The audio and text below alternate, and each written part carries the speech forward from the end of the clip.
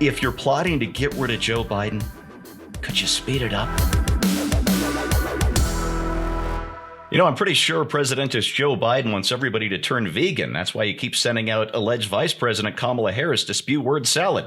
Hey, everybody, I'm Steve Green with Bill Whittle and Scott Ott, and this is Right Angle, brought to you by the members of BillWhittle.com. And if you're a member or if you're not a member, do us a quick favor. Hit that like button, that share button, that 5-star button, that notification button, whatever that button is that lets them know that you like this stuff, and it lets us know too. That'd be great. Every little bit helps. It really does. All right, gentlemen, I've got a deeper issue to get into here, but first, before we do, I have to share with you 32 seconds of Kamala Harris, Mystic Voyager into time and space. The governor and I, and we were all doing a tour of the library here, and talking about the significance of the passage of time. Right? The significance of the passage of time. So when you think about it, there is great significance to the passage of time in terms of what we need to do to lay these wires, what we need to do to create these jobs. And there is such great significance to the passage of time when we think about a day in the life of our children. All right. Scott, it seems like every week we get another one of these clips of Harris just not having done her homework and trying to wing it and doing badly. But there is a deeper issue here, this idea that Joe chose poorly with Kamala Harris, and that there are certain elements inside and outside the administration who are trying to gently show her the door. And every time one of these things comes out, it's basically somebody, handing her coat and hat. The latest is a new book by a couple of New York Times reporters. This isn't, some Sean Hannity hit piece. It's a soon-to-be released book called This Will Not Pass, Trump, Biden, and the Battle for America's Future. But it's got some really juicy stuff about the cold and sometimes hostile relations between Biden's office and Harris's office. The Daily Mail reported this week, let's see, where is it? The president has on multiple occasions been accused of punting critical but overbroad tasks to his deputy, Harris, notably including solving the southwestern border crisis that Biden caused, voting rights, leading a pro-union task force, and chairing the National Space Council. But Biden communications director Kate Bedingfield privately blamed Harris herself for failing to meet the bar set for her, according to this new book. Scott, I normally don't get into these Washington Insider hit pieces because they're not all that interesting. But you look at the jobs, the impossible tasks Harris has been given. Well, wouldn't they tax somebody who were even competent, unlike the vice president? Yeah, I agree that's true. And I think in part I blame Joe Biden for this because for many, many, many years, the American public has been satisfied with barely knowing who the vice president of the United States was. This is a character without portfolio who basically has nothing to do and is standing by in the wings in case the lead character, pulls a hammy or something, and then they have to replace the president of the United States. There's only one thing that person gets to do as long as the president is still behind the desk and functioning, and that is break ties in the Senate. So by loading things on her, because you've created this whole scenario where you're going to appoint a woman and a woman of color at that, and this is an important office. Why? Because you're appointing a woman and a woman of color to it. Previously, not an important office.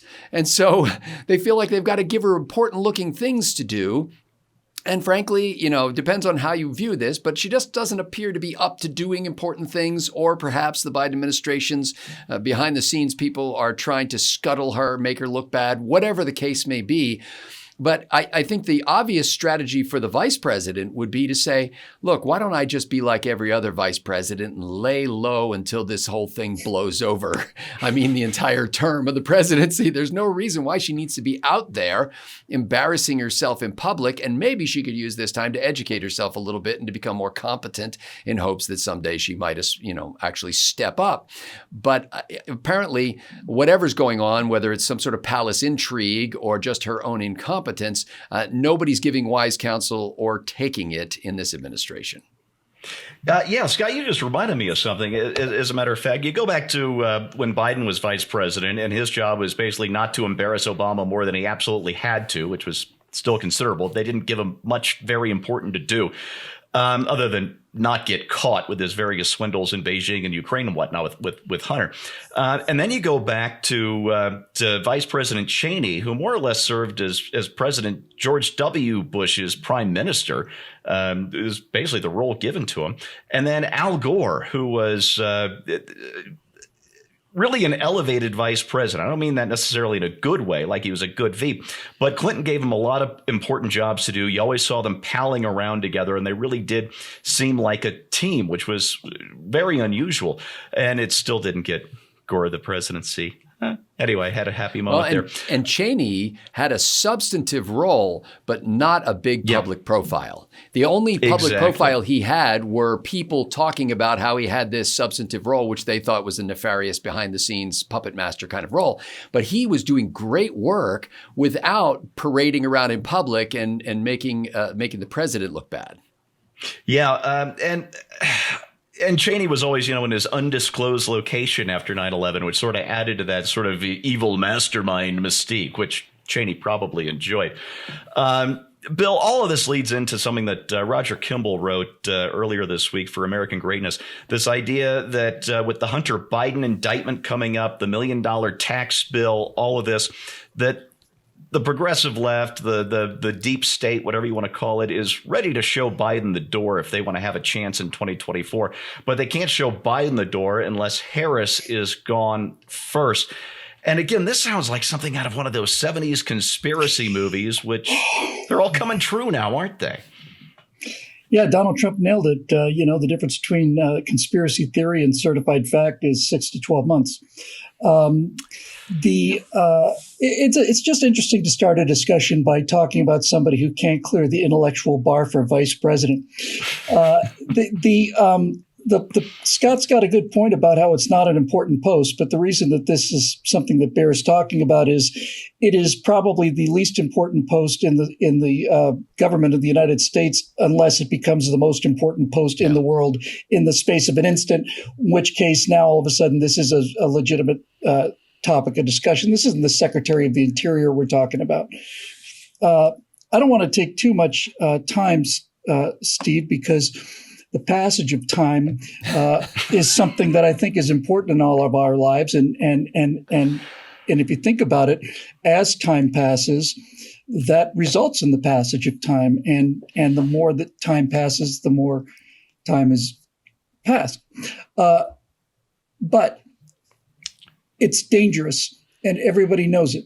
Now, as far as these theories about getting her out of there, I personally believe that yes, that Biden is an embarrassment and a loser, and so is Harris, and that Harris has to go first.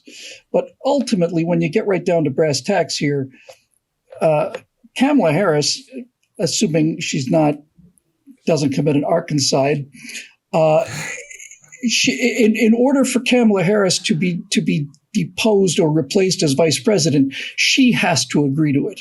There's no other way that this can happen, right? She has to be convinced that she would voluntarily step down, because if she doesn't want to go, there's no way to get rid of her unless they want to impeach her for mental incompetence. That'd be quick, an easy way to do it. But then the problem is, I still have this nightmare that Hillary Clinton's going to be president because she's going to somehow get this and then get that and all the rest of it. I'll just say this. We did some long time ago. I did some piece on Kamala Harris it was last week, not being that bright. But the thing about this piece that you showed, this last clip, revealed another kind of it's like the caramel outer layer, but this is like the creamy nougat on the inside, and that is that watching her, I'm I'm convinced that she actually thought she was being quite profound when she was talking about the passage of time. I really did. I thought she thought she was being very profound. You can make the passage of time something interesting. You could talk about time being our actual direction through a fourth dimension at a rate of 1 second per second. You could talk about that. But I think the most interesting thing about the passage of time is that scientifically, it's absolutely true. Human time perception is subjective. Everybody, or most people, have had the experience of being in a crisis like a car accident, and time seems to slow down. That's because an injection of adrenaline actually increases your brain cycles. Genuinely does. Watching Kamala Harris speak, time slows down for me so much that I begin to think that if I looked out the window, I could see like vines creeping up a wall or something. When she's talking, it slows my perception of time.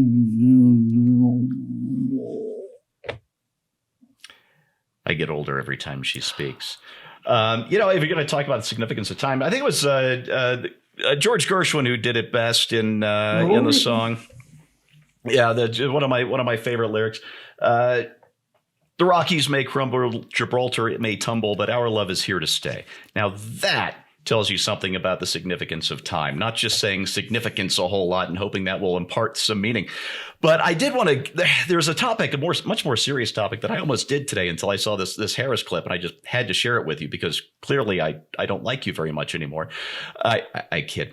And that is this idea of Sun Tzu, who wrote, you should build your opponent a golden bridge to retreat across.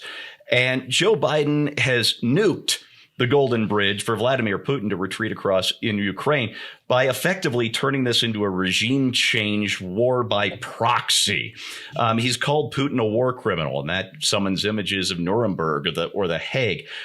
Privately, somebody in the White House told Neil Ferguson, the historian, that the only way out for Putin now is to leave. And considering Putin's job, that's probably a death sentence. So if you're Vladimir Putin, Joe Biden has essentially told you that it'd be better to use chemical weapons or nukes in Ukraine than to surrender because they want you gone and they're not going to let up the pressure until you're gone. And so let's just let creaky old Joe Biden talk our way into World War III, shall we? No. So let me finish with this. Dear deep state people, I know you're watching this, even if it's only on an NSA server somewhere. If you're plotting to get rid of Joe Biden, could you speed it up? Thanks. That's your right angle on that, brought to you by the members of BillWhittle.com. Thanks so much for watching. We'll see you next time, if there's still a world.